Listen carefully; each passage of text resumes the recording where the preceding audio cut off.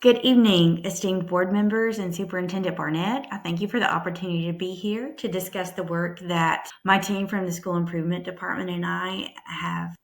Just to review, a few of the key issues that we were looking at were the volume of students identified in need of intervention, the volume of initiatives that we've rolled out over the last 5 years, and the resulting fragmentation in our curriculum implementation, and the lack of vertical communication. To that end, we created 3 goals, the first of which was to bring rigor into middle school classrooms in order to decrease the number of students in need of intervention. So we're going to strengthen our Tier 1 instruction with the goal of declining Tier 2 and Tier 1. The second goal is to continue clearing up the fragmentation that's been left from the volume of initiatives. We're going to do that by working with teacher clarity strategies with the hopes of creating a greater sense of autonomy. And our third and final goal was to utilize vertical connections to strengthen communication. Our evaluation methods for these goals include assessment data, perception data, and participation data.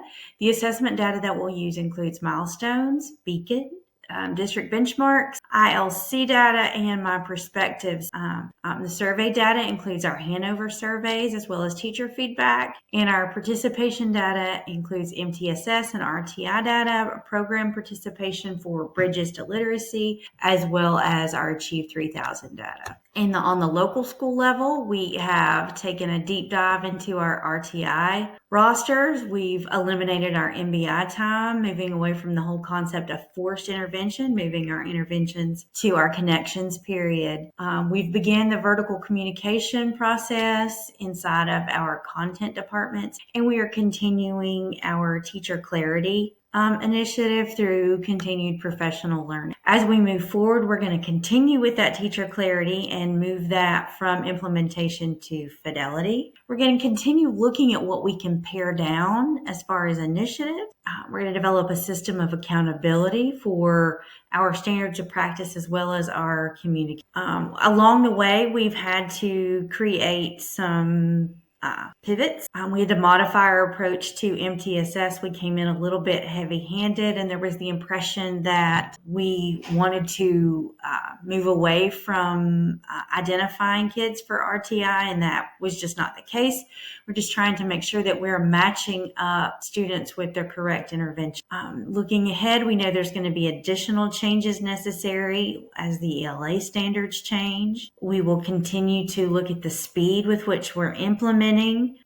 Just given the fact that what brought a lot of this on is the fatigue that our staff was feeling from the changes that we've already implemented. And so we want to be mindful of that. And lastly, we've had to balance our goal of teacher autonomy with the fact that we have a very young staff and many of our staff members are not traditionally trained. So just the concept of autonomy could be somewhat stressful for who are in that. What we've learned along the way, first of all, in identifying the problem, we learned that there is too much of a good thing as possible. Data overload is definitely a real thing. So moving forward, we would vet and match the data a little bit better to present to our team, just to ensure that we're maintaining focus. As you look toward making a plan, it's important to remember that everybody needs the opportunity to be heard, but consensus is the goal. And finally, in implementing solutions, we learned that looking at the experience and the perspective of different team members is very important. Some of our EACs are former principals, and so the lens that they look at things is going to be a little bit different, and it's important to value. And finally, just general leadership lessons that I'm going to take away from this is I've learned to develop a greater level of patience for the pace of change.